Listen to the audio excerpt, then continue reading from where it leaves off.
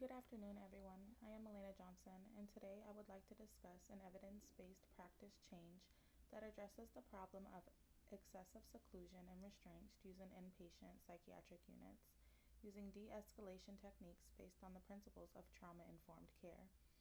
The issue of excessive use of seclusion and restraints is very topical for psychiatry and has serious implications for the safety of patients, ethics of healthcare, professionals, and mental health of nurses themselves. Below, we will examine the problem itself. The Peacock question used will be for conducting literature, reviewing evidence from the literature, the plan for change, and its evaluation.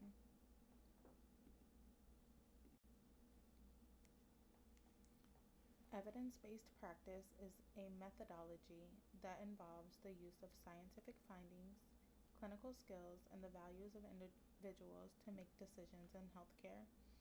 For nurses working with patients in an inpatient psychiatric unit, it is common for them to attend to individuals with agitated, distressed, or behavioral problems. Traditionally, seclusion and restraints were utilized when dealing with such situations. However, it is important to note that major behavioral health organizations highlight that seclusion and restraint must be considered the last resort, since they present various hazards when applied.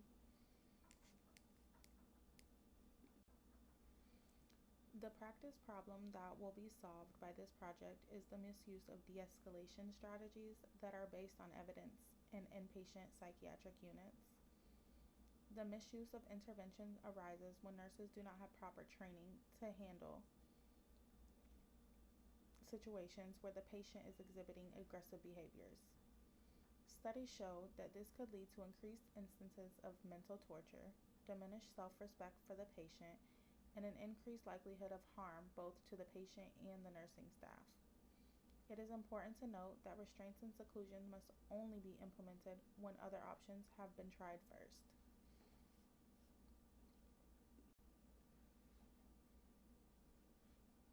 Why this problem matters. The importance of this matter goes beyond patient well-being.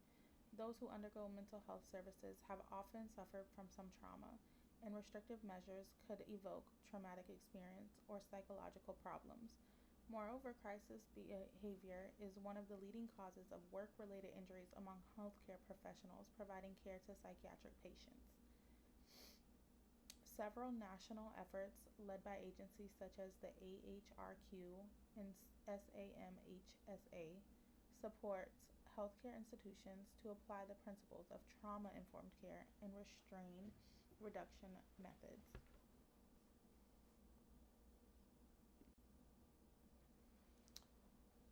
The Peacock model is utilized in formulation the research question that will guide the search for literature and analysis of evidence. In this context, the Peacock framework specifies that population consists of adults who are inpatients in psychiatric facilities. The proposed intervention involves the provision of training on trauma-informed approaches to de-escalation to the hospital staff members. The control involves current methods of behavior management used in psychiatric units. The Peacock question here is in adult psychiatric inpatient units, how does implementing trauma-informed de-escalation training for staff compared with standard behavioral crisis management practices affect the frequency of seclusion and restraint within 6 months? A comprehensive literature search was conducted using several databases, including PubMed, CINAHL, Complete, and Google Scholar. Key search terms included psychiatric restraint reduction, trauma-informed care, and de-escalation training. Articles were limited to peer-reviewed research published between 2020 and 2025 and focused on adult psychiatric inpatient populations. Additional clinical guidance and supporting evidence were obtained from reputable organizations such as SAMHSA and AHRQ.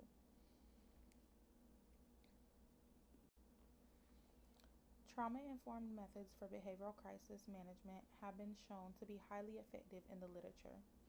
It has been found that training staff in de-escalation strategies results in better communication skills and increases awareness of signs of patient distress thereby avoiding any escalation to violence. Trauma-informed settings have also been seen to increase patient cooperation and minimize the use of restrictive measures.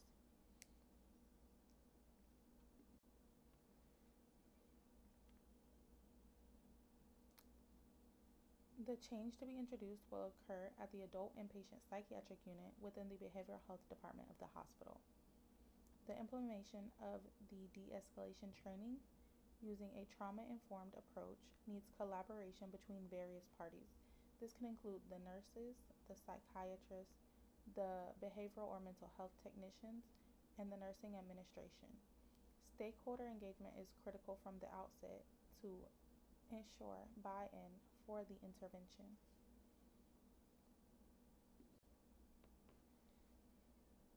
Evidence-based practice model for implementation of interventions is a systemic model proposed by the Iowa Model of Evidence-Based Practice.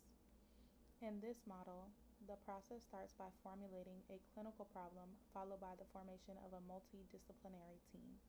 The research evidence related to the problem is then reviewed to develop a pilot intervention. Once the effectiveness of the intervention is evaluated, it can be widely implemented.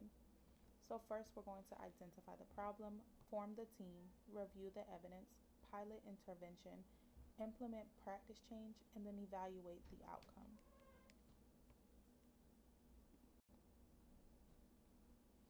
Our evaluation plan and the outcome measures are number of restraints incidents, number of seclusion incidents, staff injury reports, and patient satisfaction scores. The effectiveness of this intervention should be evaluated to establish its suitability. Some of the factors to be evaluated include the number of restraints and seclusions reported in the ward, and other indications may include incidences of staff being injured, patients' feedback through questionnaires to determine improvement in their patient care.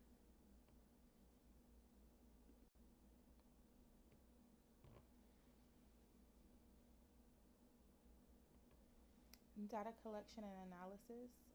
The data will come from incident reports, electronic health records, staff surveys. The analysis methods are pre-implementation versus post-implementation comparison, trend analysis of restraint frequency. The collection of this data will be done through reporting processes of the hospital in addition to the health records that are in each patient's file. Surveys for the staff members can also be done to assess their level of confidence with de-escalation techniques after the training is completed.